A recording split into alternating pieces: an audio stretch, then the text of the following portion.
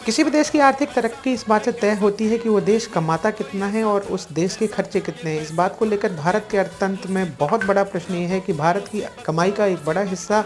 Taxation से आता है और टैक्सेशन की प्रक्रिया में हम ये तय करते हैं कि कमाई का प्रोपोर्शन किस तरह से आता है। लेकिन ये देखा गया है कि अमूमन भारत में कमाई का बहुत बड़ा हिस्सा इनकम टैक्स से आता है, जो मध्यम वर्गीय परिवारों के द्वारा दिया जाता है। लेकिन इनकम टैक्स को लेकर हमारी भ्रांतियाँ ये भी हैं कि हम शायद जस्टिफिएबल या प्रोग्रेसिव टैक्सेशन की बात तो करते हैं, लेकिन इस प्रोग्रेसिवनेस के अंदर हम ये भूल जाते हैं कि उन टैक्स पेयर पर हम कितना बर्डन और किस हद तक डाल रहे हैं। कहीं हम ऐसा तो सच में नहीं कर रहे कि हम इंग्लैंड की तरह टैक्स लगा रहे हैं और सोमालिया की तरह हम लोगों को सेवाएं दे रहे हैं, खासकर मध्यम वर्गीय परिवारों को उनकी आमदनी के सोर्स हम बढ़ा नहीं रहे हैं और दूसरी तरफ हम टैक्स का बर्डन उनके ऊपर डाल रहे हैं। ये शायद नीतिगत आधार पर भारत का एक बड़ा फेलियर है, क्योंकि टैक्स पेयर की संख्या भी पूरी आबादी का 2 से 3% ही है।